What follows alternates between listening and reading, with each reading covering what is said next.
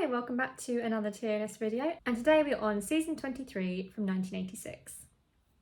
So this season all comes under the subtitle of The Trial of a Time Lord, and technically it is 14 parts for the whole season, but it has retroactively been split into 4 serials, so we'll be looking at it from that point of view today. Just a note on the trial aspect itself. I love the trial as a framing device for all these stories, and I really like it in general. It has such a mystery to it at the beginning because the Doctor doesn't know why he's there, we don't know why he's there, it's all just happening. Who is this Valeyard bloke and why is he so out for the Doctor? And when I found out, it doesn't make any sense either, so.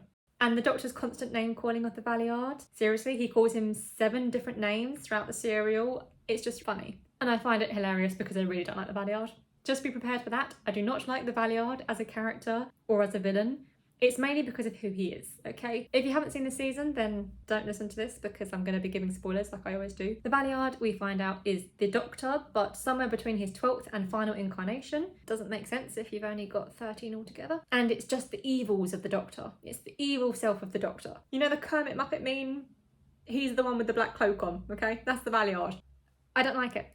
It doesn't make any sense. He wants to kill the Doctor and take his regenerations for himself. But that will cause a massive paradox because how can the Valeyard survive if the Doctor doesn't become the Valeyard? It doesn't make sense. It doesn't work. I can't buy this. I'm sorry. I'm not buying what you're selling.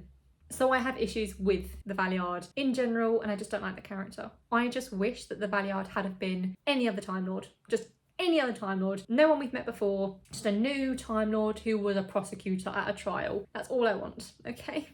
The Inquisitor at the trial, I will just say, is the same one used in the Gallifrey audio series. It's the same actress playing the Inquisitor in that as the Inquisitor in this one, so I love that continuity there. Yes, that is more of a shout out to Big Finish than it is to this season, but it's continuity. I just like it, okay? So let's get on with this, with the first story of this season, The Mysterious Planet.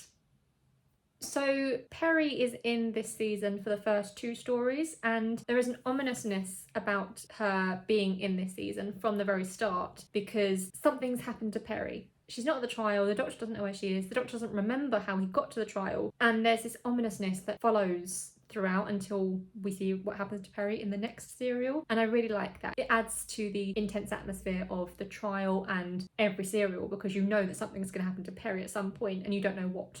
I have to say that in part 2 of this serial, the Doctor being taken to meet the Immortal, at that point, again, he feels so doctory. Anyone who says Colin Baker isn't a good Doctor is lying. It's just the writing. Honestly, it's just the writing. He's so good when he meets the Immortal and he just feels like the Doctor. Okay, he is the Doctor. I don't like when people say bad things about the 6th Doctor because he's not a bad Doctor. It was bad writing in that era of the show. That was it. Because when you get scenes like that, he's the Doctor. And he's wonderful. I have an issue with this story being used by the Valeyard though in the prosecution because this is supposed to show the Doctor interfering, but the Doctor and Peri didn't really interfere on Ravolox. They just happened to be there and they both got kidnapped and stuff. That wasn't them interfering, that was them reacting to their situation. What other Time Lord would have done differently? Let's be real here. And I have it in my notes as well that the Doctor actually mentioned that himself in part 2. So clearly I was on the right wavelength there. I like the explanation given for how we're able to view these events is that the Matrix can sort of record events anywhere around a TARDIS and a Time Lord so that it's all stored in the Matrix that way. I do like that explanation just because then we're not left questioning, do the Time Lords just have a camera crew following the Doctor around? Is there like a documentary on the Doctor that the Time Lords are doing? Renegades and Runaways? I don't know. So we're not left wondering with that, so that's quite good. And I do have to say, the Valeyard redacting certain elements of his Matrix home videos in order to incriminate the Doctor without incriminating himself or anyone else does kind of remind me of something in the real world, and I just can't put my finger on it, you know, but something being heavily redacted in order to not incriminate you when you've done something terribly wrong, I just can't put my finger on it. Overall though, this serial got a 4 and I do think it was better than I remembered it being on the first watch. I guess the twist of Ravolox early on, but I did like seeing the characters work it out and finding out what was happening, so I do think it was rather good. So, placing this on the tier list, I think I'm going to put it into upgrade in progress.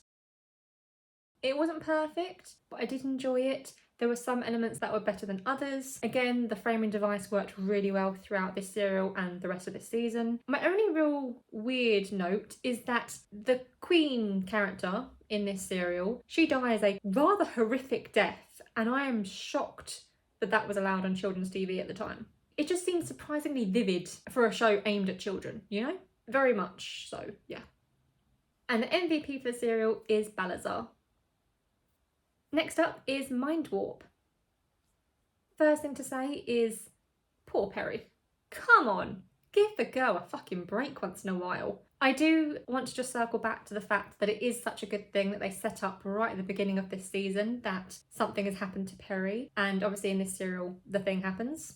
And they also make it clear that the Doctor doesn't know what it is. So the Doctor is learning, as the audience learns, what happened in this story and what happened to Perry. And I do think that adds to the whole trial situation, that he doesn't know what's happening, because that's been slightly wiped from his mind. And then also with the following two serials, they're his future, so he has no idea what's going to happen either. There's a lot about the trial of a Time Lord that I really like.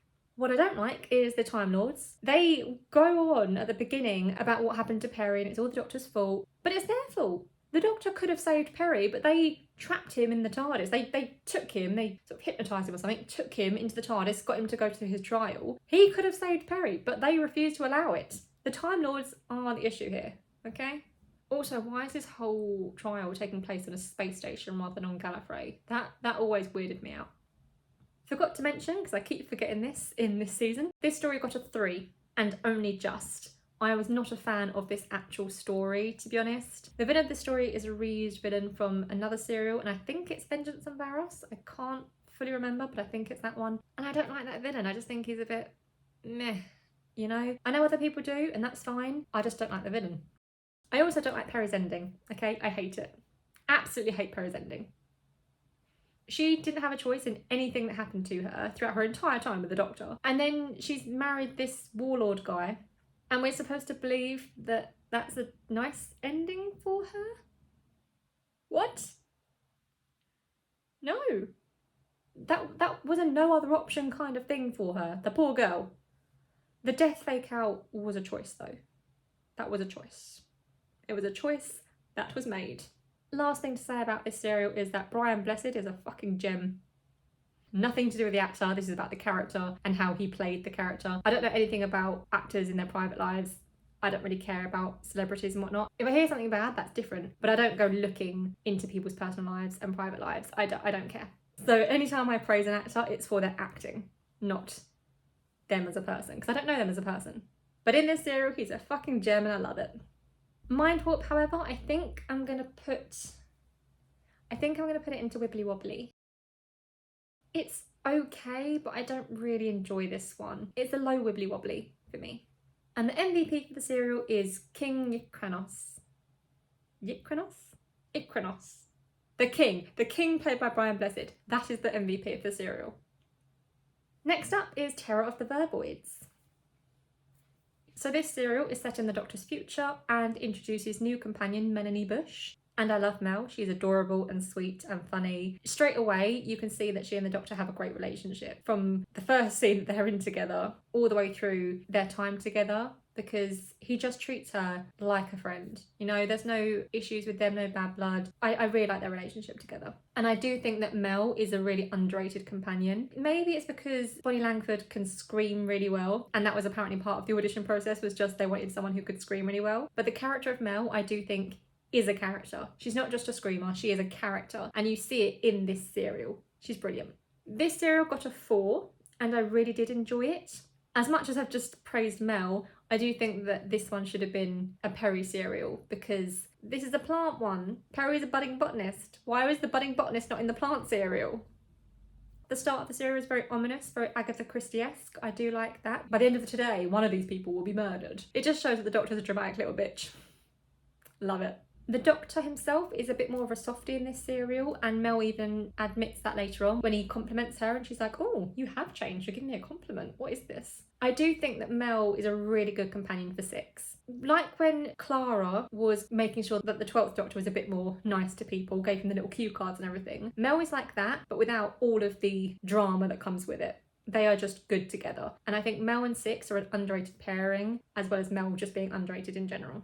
And you do see that the Doctor has changed, like Mel says in the serial, because there's a moment of sheer compassion in the Doctor when Mel is crying and the Doctor just lets her cry on his shoulder and he holds her as she's crying, and it's a really sweet moment between the two of them. He doesn't belittle her, he doesn't push her off him, he just lets her cry and he holds her and lets it happen, and you can see that he does care about her. And I think that, again, it just shows that the Sixth Doctor is a good Doctor. He calmly explains the situation to Mel and allows her to feel what she feels about it. It's a really sweet moment, and it just shows that he's not an absolute arsehole. He is a good Doctor. Last thing to say specifically on this story is the Vervoid makeup. Again, looks really good. I'm not talking about the full Vervoid costumes, I'm talking about the human changing into the Vervoid type of makeup. I just think that looks really good, especially because the veins were pulsing as well. It was really creepy, it looked really good. Overall, it was an enjoyable serial. I did really like it. I think because of the vibes of the whole thing with the murder mystery aspect of it and that poignant moment with the Doctor and Mel as well at the end where there is no way to save them, we just got to let them live to death sort of thing, like, I think I'm going to put it into fantastic. I do think it was a really good serial and it deserves to be in fantastic, I think.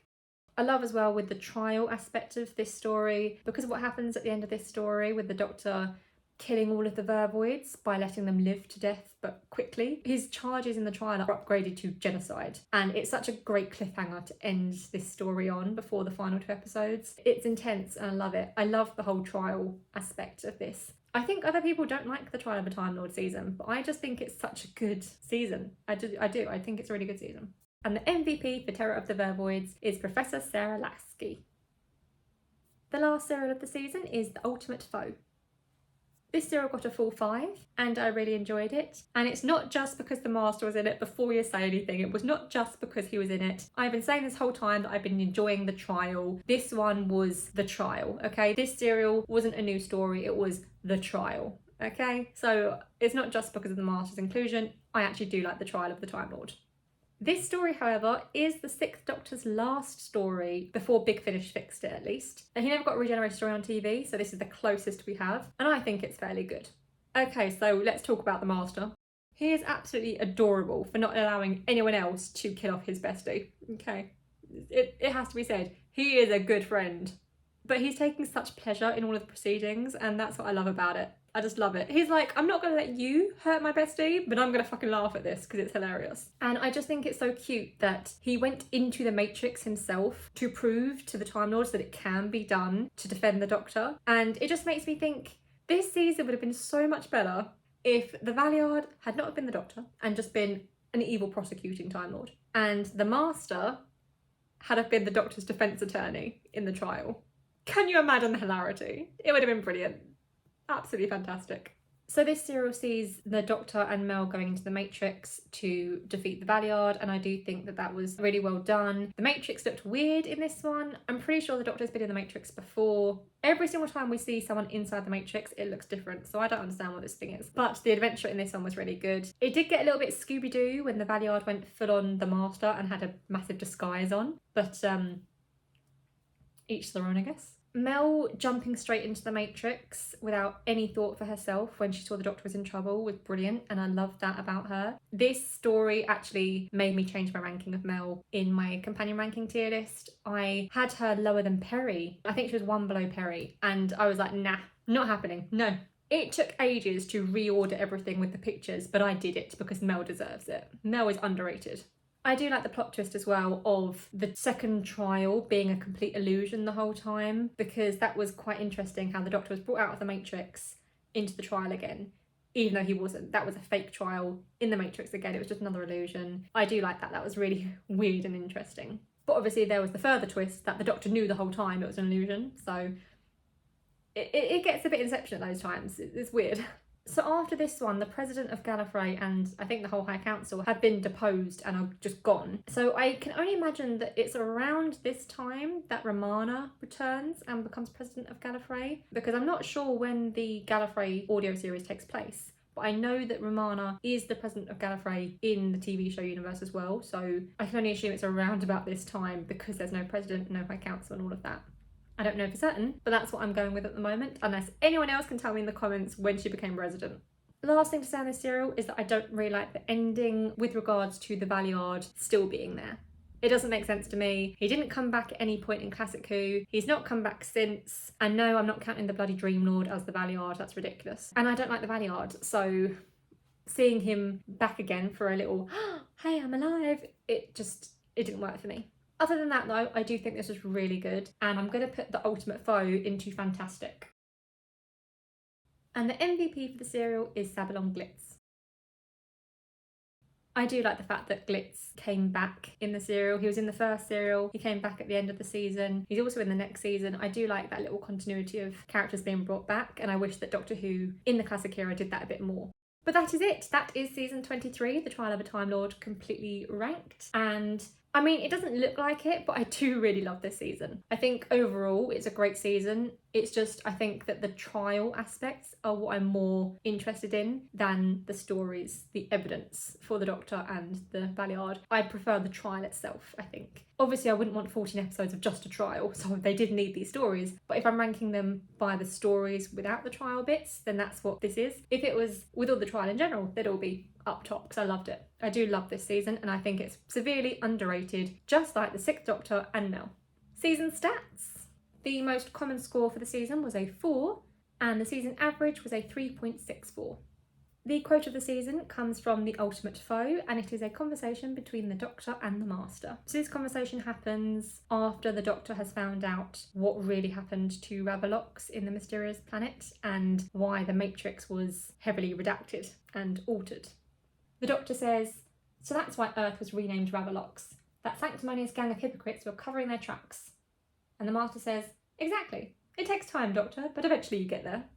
And the Doctor says, "They put an ancient culture like the Earth to the sword for the sake of a few miserable, filthy scientific advances. In all of my travellings throughout the universe, I have battled against evil, against power-mad conspirators. I should have stayed here, the oldest civilization, decadent, degenerate and rotten to the core. Ha! Power-mad conspirators, Daleks, Sontarans, Cybermen, they're still in the nursery compared to us. 10 million years of absolute power, that's what it takes to be really corrupt." Power corrupts. We know this. But I just like that one because it shows that even the Doctor knows that his people are massive hypocrites and just generally bad. They're bad guys. The Time Lords are shown so much to be this heightened, wonderful, idyllic society where they know best. But the fact is, they're no different than humanity. They're power-hungry little bastards. And I like the fact the Doctor acknowledges it here, and apparently the Master always knew. He never didn't acknowledge that. He may be a Time Lord supremacist, but he knows that Time Lords are rotten. But that is it. That is season 23, The Trial of a Time Lord, and the Sixth Doctor's final adventures in the TARDIS, completely ranked and tier listed. Let me know your thoughts in the comments below. Did you prefer the stories of the season? Did you prefer the trial of the season? Let me know your thoughts, and I will see you next time for the Seventh Doctor's first season.